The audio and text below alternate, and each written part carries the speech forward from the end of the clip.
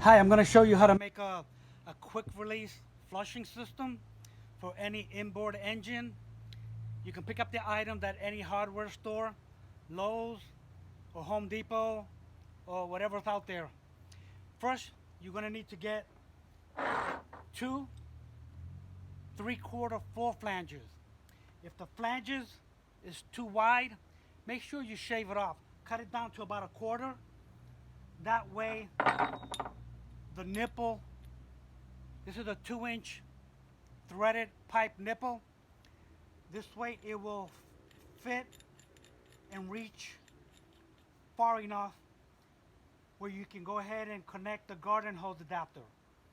So make sure you get about a 2-inch nipple, and then get 2 of the full flanges. Of course, this one's going to go from the inside of the engine compartment.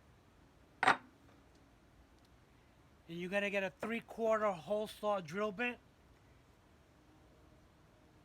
Make sure you drill it right here, behind, not below the water line, just make sure it's above.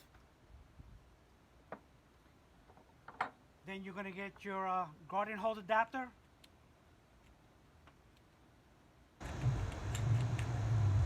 This is one piece. Then you're going to get your quick release. And this is your nipple where you connect the garden hose. And this is the cap. Okay, these are all brass fittings. You can get it at any hardware store. Then on the other side of the inboard engine, you're going to connect the other flange.